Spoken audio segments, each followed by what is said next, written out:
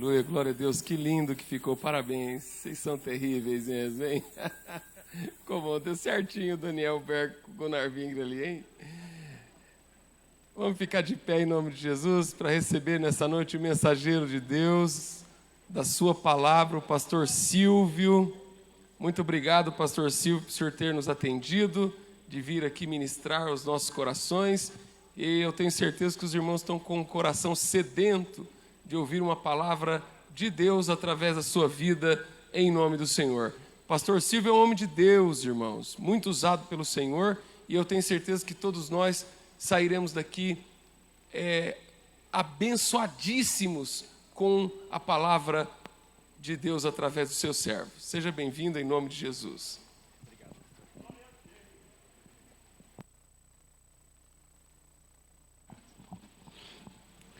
Que a paz do Senhor esteja com todos nós. Amém. Trago a saudação enviada pelo pastor presidente, pastor Alcides Fávoro, a toda esta igreja, o campo eclesiástico do Ipiranga, que está no setor ou no campo de Itatiba. Amém, meus irmãos? Podeis assentar. Estou deveras alegre de poder estar com os meus irmãos, amigos aqui desta igreja, em especial o pastor Marcos, sua esposa irmã Luciene, também todos os demais obreiros desta casa. Deus abençoe a todos. Meus irmãos, eu tinha uma temática, ela era um pouco extensa, eu não quero cansar os irmãos, apesar de que eu sei que os irmãos não estão cansados, porque a nossa programação foi edificante, não é? Tantas coisas interessantes nós aprendemos aqui esta noite, tantas notícias importantes do campo, as atividades da igreja. Tudo isso faz parte da obra de Deus e nós estamos alegres por participarmos de tudo isso. Estamos numa grande obra e não podemos parar, não é isso? Bom, eu quero falar com os irmãos aqui nesta noite rapidinho sobre a cosmovisão pentecostal e o paradoxo. Eu vou explicar daqui a pouquinho, tá certo? Minha fala vai ser rápida, em 3 momentos. Vai ter uma pequena introdução filosófica, eu não vou aprofundar rapidinho. Um segundo momento eu vou desenvolver o assunto, e terceiro momento eu vou fazer uma exposição bíblica bem rápido, tá bom? Então a ideia é nos aguçar sobre qual é a nossa percepção de mundo e como nós atuamos nele. Qual que é a nossa percepção, a nossa visão de mundo? Com qual ou com quais lentes nós lemos o mundo? Tá certo? Isso é cosmovisão, em linhas gerais. A guisa de introdução, vocês conhecem uma história bem antiga, que é a história da Alice no País das Maravilhas. A maioria de vocês aqui já ouviram. As crianças hoje talvez não tenham tanto acesso como antigamente tiveram. Mas num dado momento, a Alice tem uma conversa com o gatinho de Cheshire.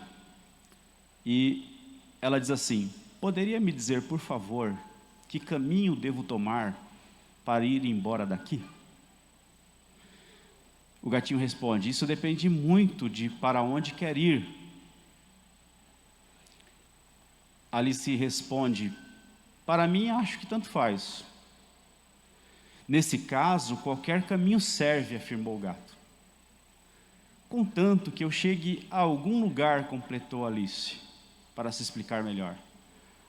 Mas com certeza você vai chegar, desde que caminhe bastante. Essa é a citação da Alice no País das Maravilhas, de Lewis Carroll, de 1865. Essa citação, de propósito aqui introduzida, fala sobre as faltas de motivos, de motivações, de foco, de projeto, aonde nós queremos chegar com o pentecostalismo brasileiro. Onde é que nós chegamos com a nossa pentecostalidade e aonde nós queremos chegar? Porque é claro que, e é evidente que a nossa geração não recebeu todas as motivações dos antepassados. Nós acabamos de assistir aqui uma peça e que apenas retratou em linhas gerais e bem rapidamente aquilo que foi a vida dos missionários que vieram ao Brasil. Tem uma série de motivações por trás disso. a Alice recebe a resposta de que se ela não sabe para onde ir, qualquer caminho faz, não importa, qualquer caminho pode ser tomado. Existe uma máxima marítima que diz assim, que todo vento é contrário para aquele que não sabe onde quer chegar. Se nós não sabemos aonde queremos chegar com o nosso pentecostalismo, os ventos nos são contrários. Mas se nós sabemos o que queremos, se temos muito claro o nosso projeto de pentecostalismo para o Brasil, para a nossa pentecostalidade, para o nosso século, para o nosso momento, para a nossa era, então nós pegamos o vento ao nosso favor, para a glória de Deus nós os usamos. Existe uma citação de João Calvino que diz assim: é notório que jamais chega o homem ao puro conhecimento de si mesmo, até que haja antes contemplado a face de Deus e da visão dele, desça a examinar-se a si próprio. Então, a cosmovisão pentecostal deve vir de um encontro com Deus, onde o homem tem um encontro com o Senhor, e a partir desse encontro com Deus, ele passa a examinar-se a si próprio. E aí nós teríamos aquelas citações de alter-referência, ego-referência e theo-referência, dentro também do parâmetro da psicologia, onde a sociedade odierna sofre com essas três questões, e o pentecostalismo tem a oferecer para a nossa geração uma visão onde Deus é o centro, a theo-referência, onde Deus não está morto, mas está vivo, e a partir dele vêm todas as nossas interpretações. Atos dos Apóstolos, capítulo 2, versículos 14 a 16, diz assim: Pedro, porém, pondo-se em pé com os 11, levantou a voz e disse-lhes: varões, judeus e todos os que habitais em Jerusalém, seja-vos notório isto, e escutai as minhas palavras. Estes homens não estão embriagados, como vós pensais, sendo esta a 3ª hora do dia, mas isto é o que foi dito pelo profeta Joel. Neste momento nós encontramos um apóstolo se colocando em pé, e com ele os demais que também se sentem encorajados para ousar dar um outro significado ao fenômeno ocorrido. Um grupo de pessoas estão interpretando como sendo um ato de embriaguez, porém Pedro afirma com clareza que a real interpretação é de que aquilo não se trata de embriaguez. Afinal, o horário ainda não condiz, porém há uma outra interpretação, e de que na verdade a real interpretação é um cumprimento profético. Um pescador galileu pode dar interpretação às profecias? Se não pode, quem lhe autorizou a fazê-lo? O Espírito Santo, que acabou de ser derramado sobre aquela casa, deu autoridade a Pedro para que este interpretasse a cena. Os que pensam ser donos das interpretações das Escrituras nunca admitiriam que alguém como um pescador simples pudesse dar significado aos cumprimentos proféticos. Basta lembrarmos da fala do fariseu aos soldados que não conseguiram prender Jesus, lá em João capítulo 7, versículos 48 e 49, os irmãos devem se lembrar, que eles voltam e os fariseus respondem aos soldados da seguinte maneira: creram nele, porventura, alguns dos principais ou dos fariseus, mas esta multidão que não sabe a lei é maldita. Veja como é que eles interpretam aqueles que não podem interpretar a lei. São geração maldita.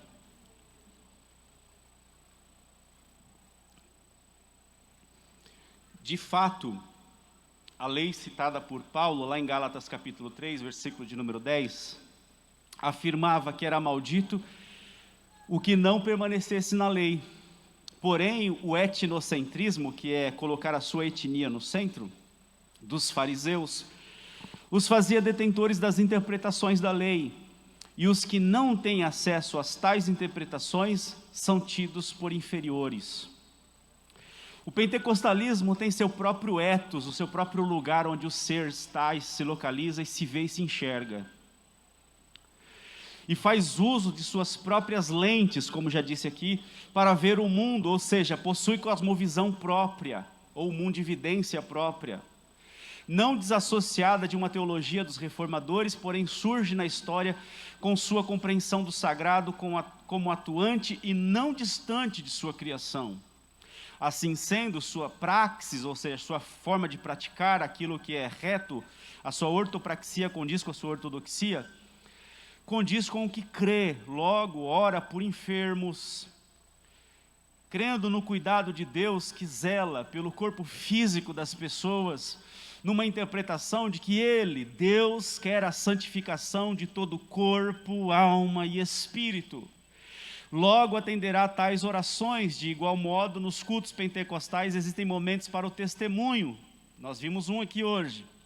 Pois cremos que o Deus atuante atenderá às orações e as pessoas têm lugar na liturgia pentecostal para contarem o milagre operado.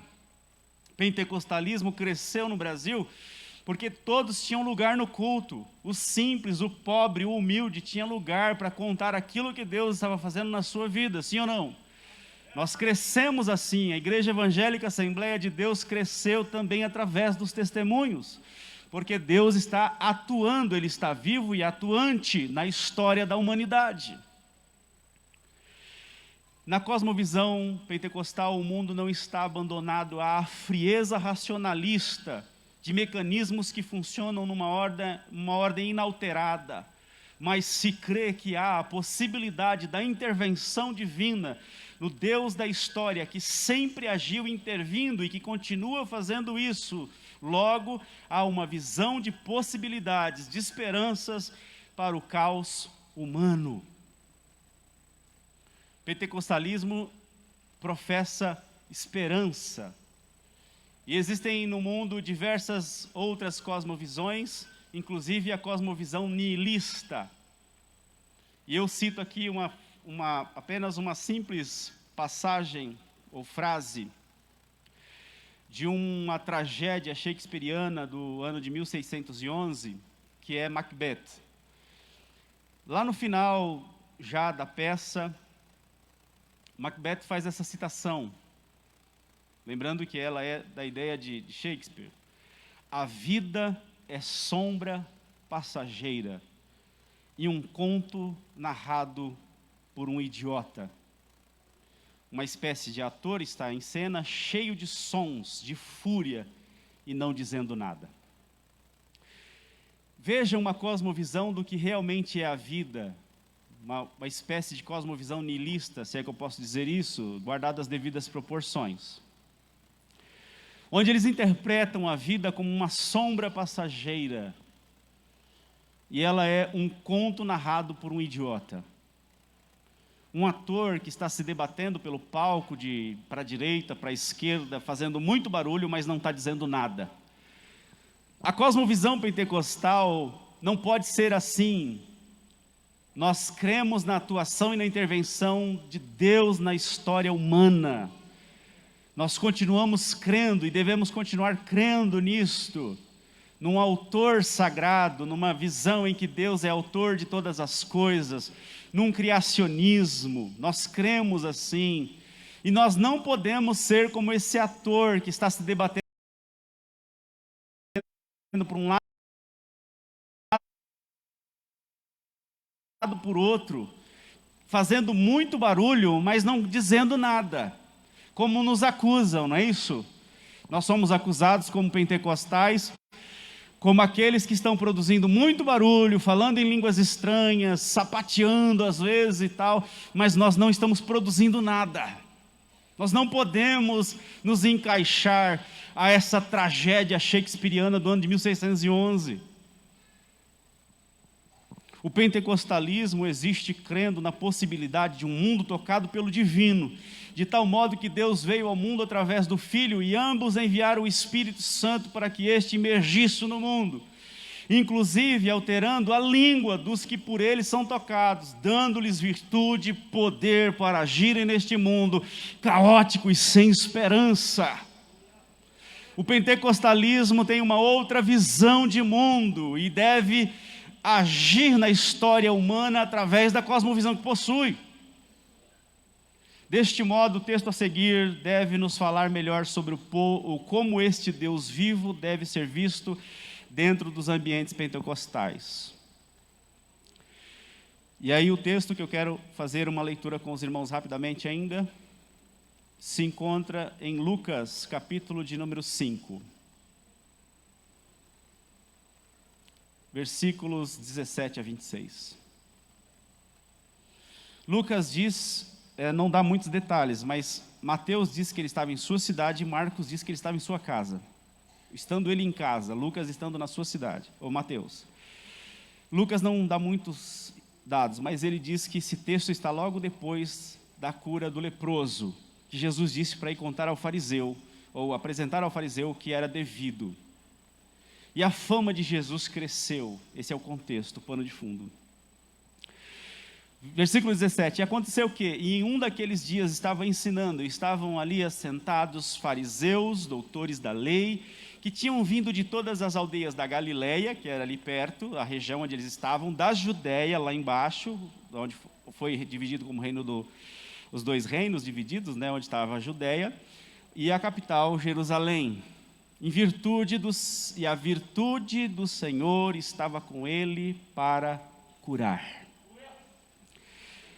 A virtude do Senhor estava com ele para curar. Multidões de pessoas tinham vindo de todas as partes para se certificarem das notícias que estão ouvindo sobre Jesus. Alguns andaram 164 ou 166 quilômetros, mais de 40 horas de caminhada, para ir de Jerusalém a Cafarnaum.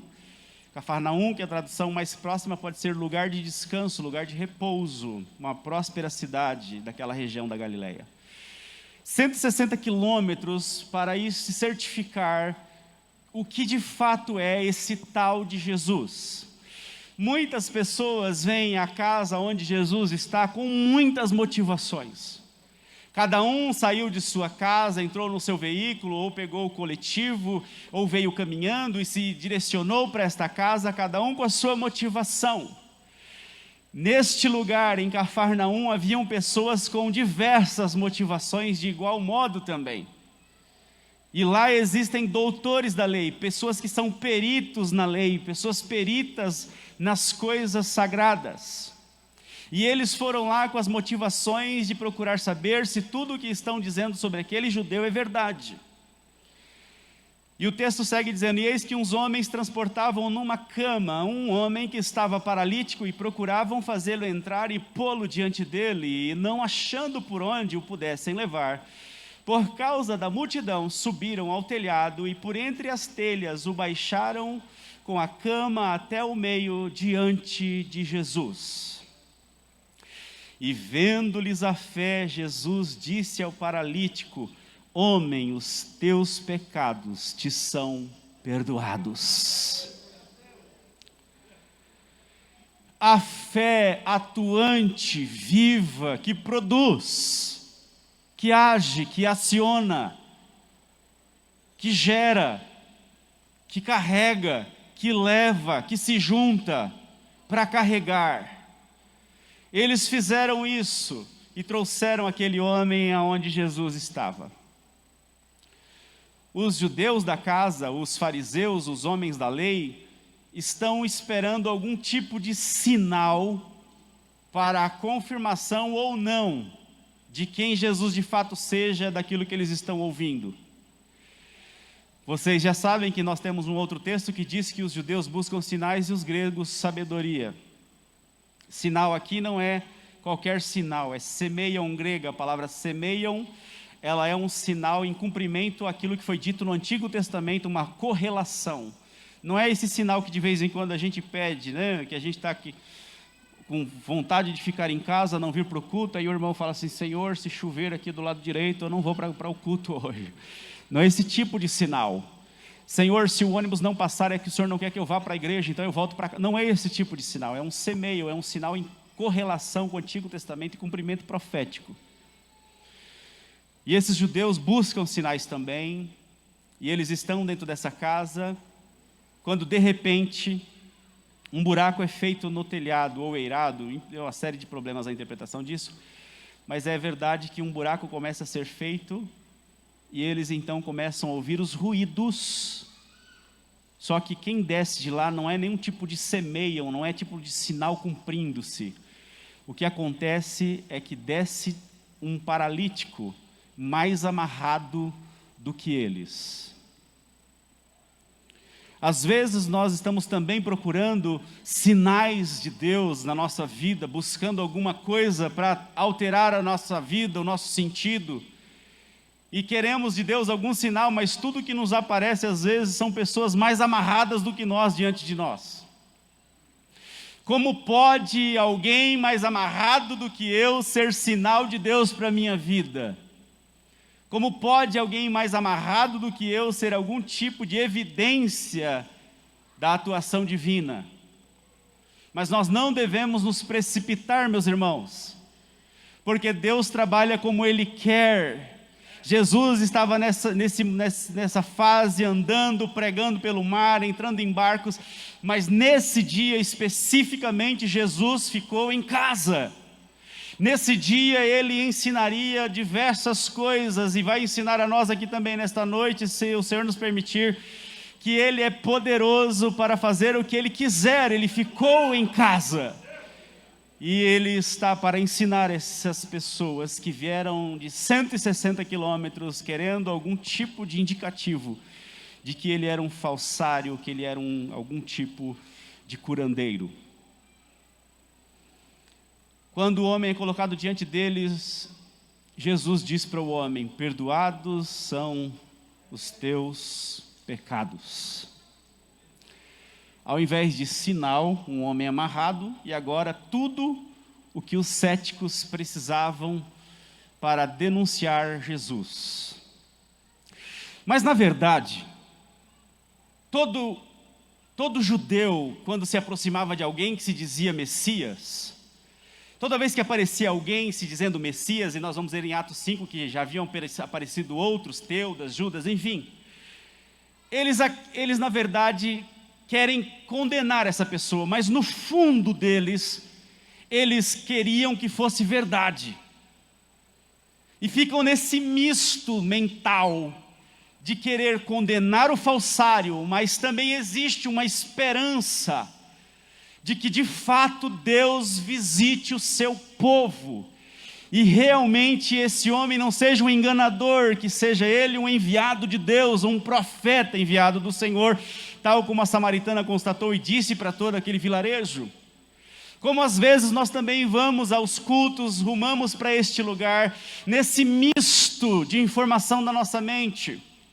Alguns vêm a este lugar desejosos de que realmente Deus esteja aqui, e que neste culto de missões alguma coisa diferente aconteça. Mas no meio do caminho nós vamos tendo dificuldades com o nosso ceticismo, e nós vamos dizendo: não, é mais um culto, nada vai acontecer, e estão lá as mesmas pessoas, existe uma programação, e vai acontecer uma programação, não vai acontecer nada. O pentecostalismo tem esse tipo de perfil, de trazer para os ouvintes e para os presentes o inusitado a qualquer momento. Os pentecostais não se reúnem numa casa de oração aguardando que tudo vai sair como planejado. Nós nos reunimos na casa onde Jesus está, com a certeza de que algo pode acontecer, porque nós estamos crendo no Deus vivo que se manifesta através do Espírito Santo. Pentecostalismo é a continuidade da evidência da atuação do Espírito Santo a qualquer momento. E eles olham e veem Jesus perdoando pecados, e aí pronto, começou o problema. Versículo 21, e os escribas e fariseus começaram a razoar, dizendo: quem é este que diz blasfêmia? Quem pode perdoar pecados, senão Deus? Eles estão certos. O Deus é o único ofendido com o pecado, tal como o pródigo vai dizer no seu ensaio, né? Irei ter com meu pai, dir-lhe-ei: pai, pequei contra o céu e perante ti. O pecado é cometido primeiro contra Deus, depois contra o próximo.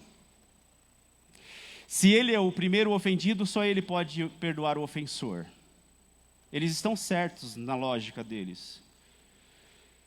Versículo 22, Jesus, porém, conhecendo os seus pensamentos. O pentecostalismo continua crendo que Jesus é Deus. Sendo Deus, só Ele conhece o pensamento humano. Deus conhece o que eu estou pensando aqui agora, e Ele conhece também o que você está pensando aí sentado no seu banco. Ele conhece os nossos pensamentos porque Ele é Deus. E diz que Jesus, conhecendo os seus pensamentos, respondeu e disse-lhes: que arrazoais em vosso coração? 23, qual é mais fácil, dizer os teus pecados te são perdoados, ou dizer levanta-te e anda? A pergunta para nós é muito fácil, para eles não. Porque vocês também já devem ter lido em outros textos bíblicos, passagens em que eles estão perguntando quem pecou, ele ou seus pais, para que nascesse assim. A interpretação teológica, entre aspas, dos judeus, porque a teologia é coisa nova, a interpretação deles era que realmente poderia acontecer de pessoas nascerem com defeitos, doenças congênitas por causa dos pecados dos seus antepassados. Haja visto o livro de Jó. Os amigos de Jó passam bom tempo calados, sem conseguir dizer uma palavra para Jó, porque eles conheciam que Jó era justíssimo. Porém, como é que a teologia explica um homem justíssimo sofrendo? Eles não têm respostas.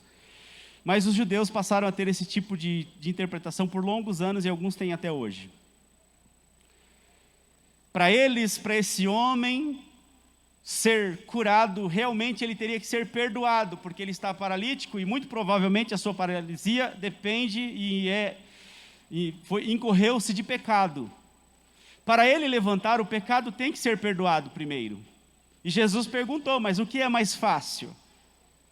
Para eles não tem o mais fácil aqui, porque só Deus pode perdoar pecados. Não existe essa pergunta, essa possibilidade de resposta. Só Deus pode perdoar pecados. Jesus está perguntando para eles: mas o que é mais fácil, dizer perdoados são os teus pecados, ou levanta-te e anda? E eles estão pensando, para levantar e andar, realmente o pecado tem que ser perdoado, mas para o pecado ser perdoado, só Deus pode perdoar. E diz o texto que ele disse, 24, ora, para que saibais que o Filho do Homem, tem sobre a terra,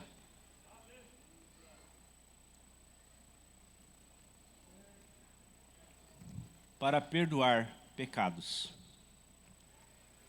Disse ao paralítico: eu te digo, levanta-te, toma a tua cama e vai para a tua casa. Quando nós lemos aqui, parece muito simples, sim ou não? Porque nós cremos que ele é o Filho do Homem. Só que eles não sabem quem seja o Filho do Homem. Filho do Homem é uma interpretação que eles têm de Daniel, capítulo 7, se não me engano, em que Daniel tem uma visão e vê vir sobre as nuvens um homem como o Filho do Homem, que ele é dado poder sobre todo o reino, povo e nação. E eles discutem sobre quem seja esse Filho do Homem. Tanto é que certa vez Jesus vai perguntar para os discípulos: que dizem os homens ser o Filho do Homem? Os discípulos não sabem quem é o Filho do Homem. Isso é uma discussão, de certa maneira, teológica entre os judeus. Eles não sabem quem seja. Tanto é que a resposta é: um dizem ser Elias, um dos profetas, Isaías, João Batista. A resposta é qualquer coisa, porque eles não estão entendendo o que Jesus está falando, porque eles estão falando de um assunto teológico, entre aspas. Quando Pedro se antecipa e diz que tu és o Cristo, Filho do Deus vivo, Jesus disse: bem-aventurado és tu, Simão Barjonas, porque não foi carne e sangue que tu revelou. Nenhum homem até aquele momento tem revelação de que Jesus, ou atrelar o nome de Jesus ao Messias, ao Filho do Homem, ao cumprimento profético de Daniel. Ninguém tem essa revelação. Por isso que Jesus disse que ele é bem-aventurado, mas Jesus também afirma que não é a carne e o sangue, não é a natureza humana que pode revelar isso. Mas é o Pai que está no céu que revelou isso, louvado seja o nome do Senhor. É uma revelação, por isso que a igreja, ela nasce, de acordo com a fala de Jesus, da pedra ali, não é Pedro mesmo depois vai dizer que ele não é essa pedra, mas apenas parte de um grande templo que está sendo construído de pedras vivas. E ele diz então que isso é uma revelação, e a igreja nasce da confissão de que Jesus é o Messias. A igreja é uma igreja confessante.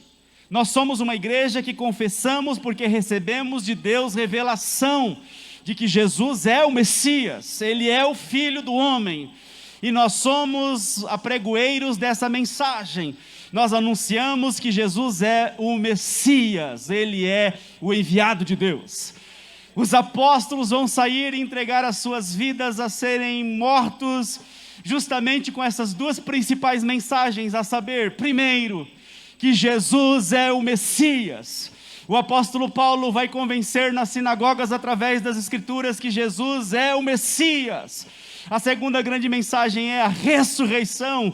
Ele é o Messias e foi comprovado quando Deus, o Pai, o retirou de dentro do túmulo e o assuntou aos céus, o levou aos céus, louvado seja o nome do Senhor. A ressurreição de Jesus é a prova final e cabal de que Ele não é um judeu qualquer, Ele é o Messias enviado de Deus, Ele é Deus, louvado seja o nome do Senhor. Finalizando, ele diz no final, no versículo, ele levantando-se logo diante deles, diz o versículo 25, tomou a cama em que estava deitado e foi para a sua casa glorificando a Deus. E o que foi que isso causou? Nós vemos aqui o último versículo, 26. E todos ficaram maravilhados. A nossa pentecostalidade e o pentecostalismo brasileiro deve ser um pentecostalismo que continua pregando que os homens podem ficar maravilhados. Que os homens podem vir à casa onde Jesus está e eles podem ficar maravilhados. Nós não podemos ser uma religião racionalista. Nós não podemos nos tornar humanistas, naturalistas. Eles ficaram maravilhados, e a palavra maravilhados aqui foi traduzida de uma palavra grega que é êxtasis. Êxtasis é tirar do centro, é ter tirado do eixo. Pentecostalismo continua pregando que Jesus é Deus, e as pessoas que vêm à casa onde Jesus está, precisam ter suas mentes tiradas do eixo, precisam ser descentralizadas. Por quê? Porque Deus é poderoso. Deus é poderoso, meu irmão, para tirar a minha mente, a sua mente do eixo aqui esta noite, louvado seja o nome dEle. E glorificavam a Deus, doxazo, né? Eles davam glória a Deus, e ao mesmo tempo ficaram cheios de temor. Se eles subiram com dois mistos de informações, eu gostaria que fosse verdade, mas ele deve ser um charlatão, lembra?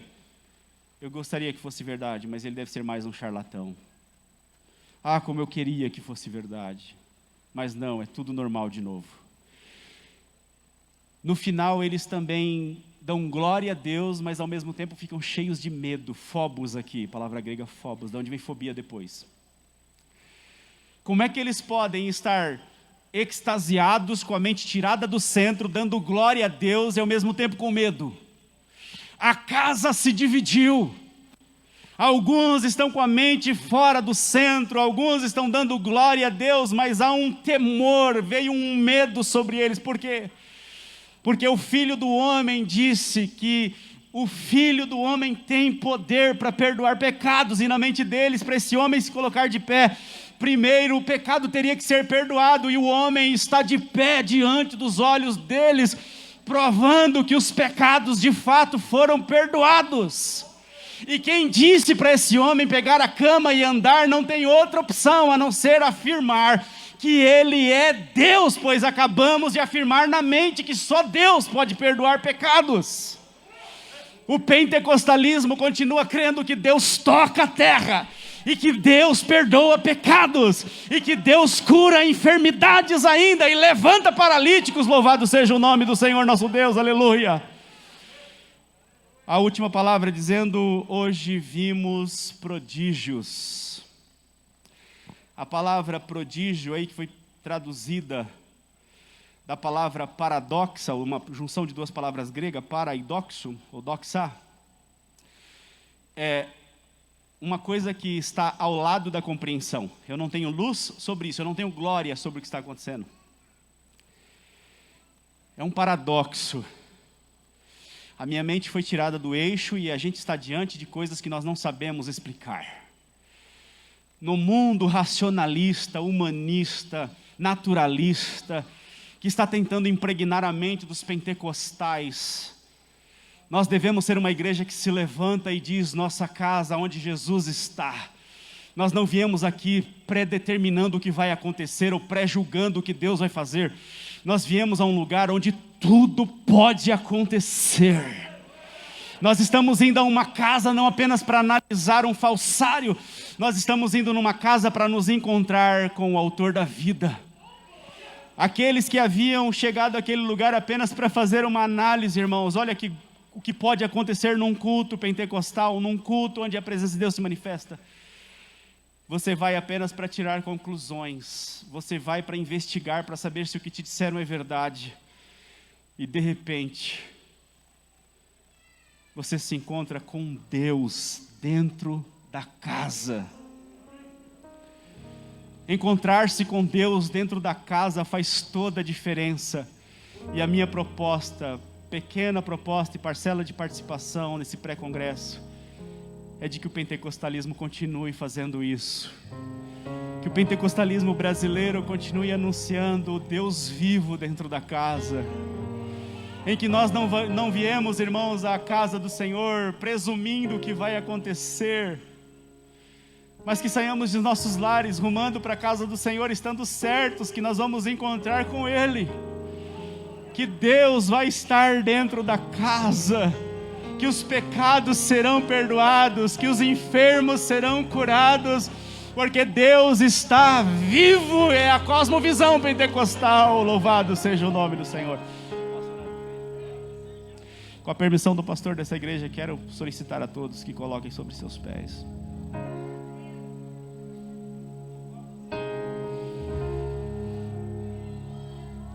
Nós não cremos no niilismo, nós não cremos num racionalismo que não dá lugar para o milagre, nós não cremos num naturalismo, onde o homem é apenas pensamento, né?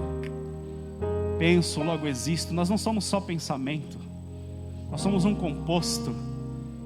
Nós estamos reunidos aqui, existe um espírito chamado na filosofia de egrégora.